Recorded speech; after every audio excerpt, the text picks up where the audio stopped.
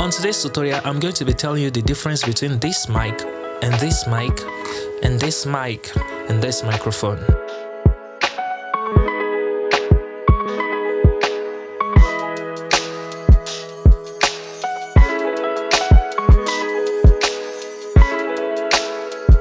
Shalom to you, my friends. My name is Isaac from Trego Studios.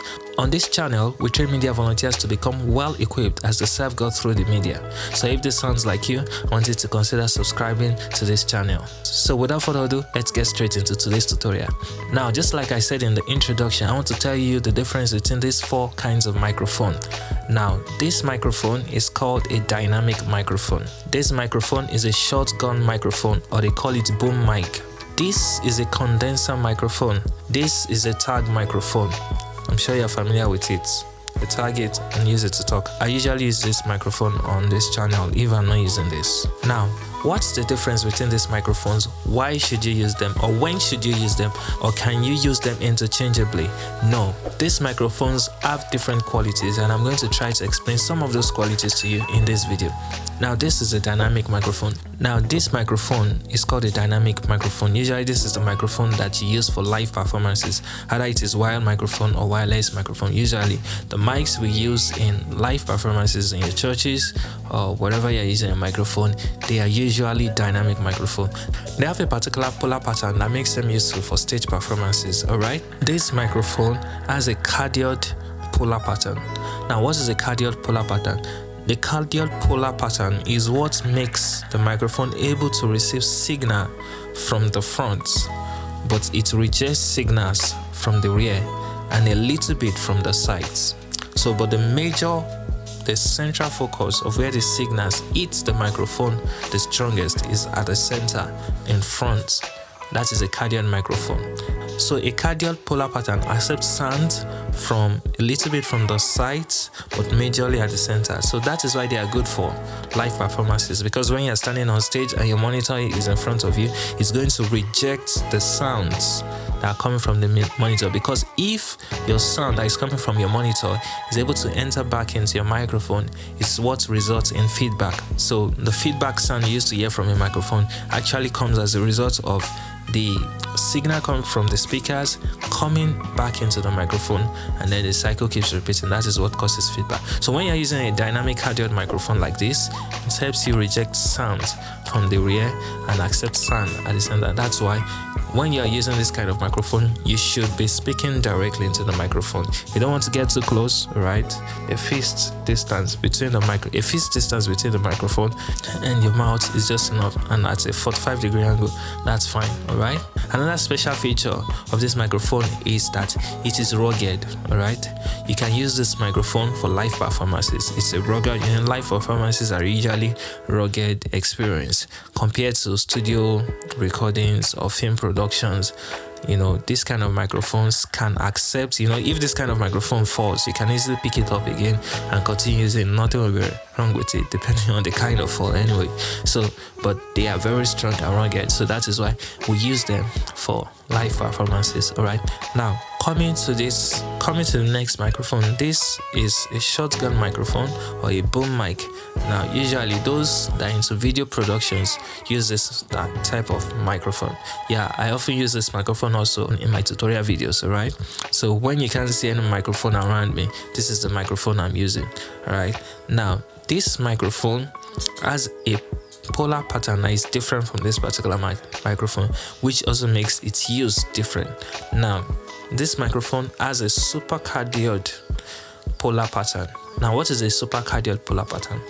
A supercardioid polar pattern, it's a unidirectional microphone. Alright, a supercardioid polar pattern receives sounds that are directly in front of it, in front of the diaphragm. So this microphone will only receive clear sounds from it. So when you turn the microphone away from the source of the sound, you're not going to have a strong signal being recorded or coming through your PA system. That is why they use this kind of microphones for video production. Say for instance you are outside recording an interview, or you are in a film production recording your cast and crew. So this microphone is just going to be directly picking the signal of those that you point it to. So it's going to reject a lot of noise that might be coming from the environment. That is why most videographers use it. However, there's also something unique about this microphone. Now, unlike this microphone that does not require any source of supply or any external power for it to work, just plug this microphone into your sound system and boom, you can hear the sound. But for this microphone, this is condenser microphone. It cannot work without an external power that will power it. So that is why for this microphone, for instance, it uses battery.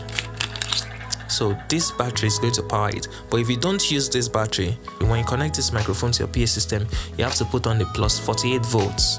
Alright, the plus 48 volts that you used to see on your mixer or your interface, wherever it is, that is actually meant to power microphones like this. Because if you plug it directly without a phantom power, that's the plus 48 volts I was referring to. So if this microphone was working, you must turn on your phantom power on your device that this microphone is connected to for it to pick signal. Or else, if you plug it just like you plug this on, you're not going to hear anything. Alright. Now, this is a condenser microphone. This is Behringer B2 Pro. This microphone mostly is used in studios. Now, unlike these microphones, they are not rugged. That's why you can't see them using this kind of microphones on stage for a performer to hold or a singer to hold and then they are recording. No. Sometimes they use this kind of microphones on drums that are stationary.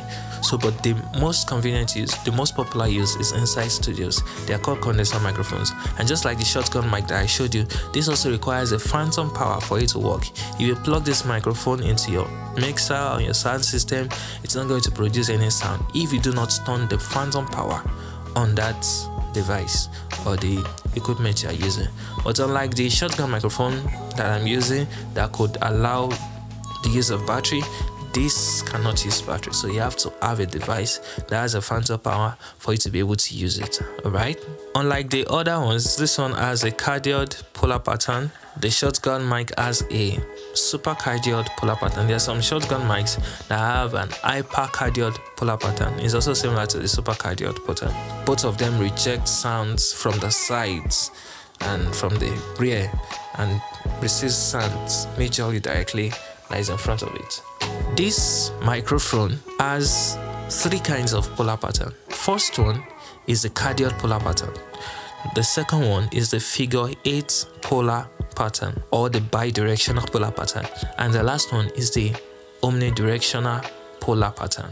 Alright, so starting with the omnidirectional polar pattern. So that means when you put this mic on the omnidirectional mode, it's going to receive sound from all sides. So whether you turn it this way or you turn it this way or you turn it this way, you're still going to be receiving a clean signal as though you are speaking directly in front of it. Now, when you use the bidirectional polar pattern or the figure 8 polar pattern, it's going to receive signal on both sides and it's going to reject signals from the sides. So to record a strong signal, you would need to speak directly in front of it or directly behind it. On the bidirectional polar pattern.